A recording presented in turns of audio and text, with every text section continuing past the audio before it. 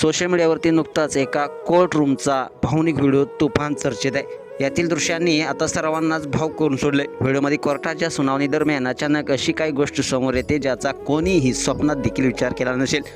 कोर्टाची सुनावणी सुरू असताना महिला न्यायाधीश आणि कैदी बालपणीचे मित्र असल्याचं स्पष्ट झाल्यानंतर संपूर्ण कोर्टाचं जे वातावरण होतं ते क्षणात बदलून गेलं आणि पुढे जे घडलं ते सर्वांसाठीच धक्कादायक ठरलं। चला या व्हिडिओमध्ये नेमकं काय घडलेलं आहे संपूर्ण व्हिडिओ पाहूया। सोशल मीडियावरती व्हायरल झालेल्या व्हिडिओमध्ये कोर्टामध्ये सुनावणी सुरू असल्याचं तुम्हाला पाहायला मिळते। या सुनावणी दरम्यानच महिला न्यायाधीश असं काही बोलते जे ऐकून सर्वांच्याच पायाखालची जमीन हादरते।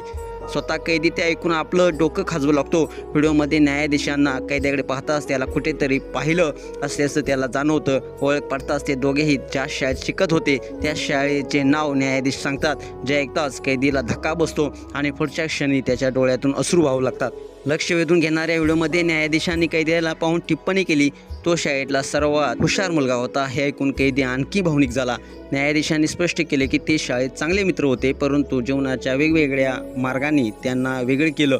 आपल्या लहानपणाचा मित्र असा न्यायालयात तेही अशा परिस्थितीत भेटणं हे कोणत्या चित्रपटाच्या सीनप्रमाणे वाटते, पण हे दृश्य बनावटी नसून ते सत्यात घडून आलेले आहे आणि हीच गोष्ट लोकांना थक्क करून सोडत आहे, भावनिक करून सोडत आहे। या लक्षवेधी दृश्याचा हा व्हिडिओ मॉर्बिड फुल नावाच्या एक्स अकाउंटवरून पोस्ट करण्यात आला असून ही घटना साल 2015 मध्ये घडून आली। व्हिडिओला आतापर्यंत लाखो लोकांनी पाहिलं असून विविध अशा प्रतिक्रिया नेटकरी व्यक्त करत आहेत। एका युजर्सनं म्हटलंय, छोटंसं जग बरोबर। कल्पना करा की अशा अनपेक्षित परिस्थितीमध्ये तुम्हाला एका जुन्या वर्गमित्राशी गाठ पडावी लागेल। तर दुसऱ्या युजर्सनं म्हटलंय, आतापर्यंतचे सर्वात विचित्र शालेय पुनर्मिलन। तर एका युजर्सनं म्हटलंय, दोन वेगवेगळ्या जीवनाची कहाणी, मला आशा आहे की तो त्याचे मार्ग बदलू शकला असेल। मित्रांनो, तुम्हाला हा भावनिक व्हिडिओ कसा वाटला नक्कीच कमेंट्स बॉक्समध्ये प्रतिक्रिया अवश्य द्या आणि आपल्या एस एस स्पोर्ट्स या चॅनलला सबस्क्राईब करायला नक्की विसरू नका। धन्यवाद।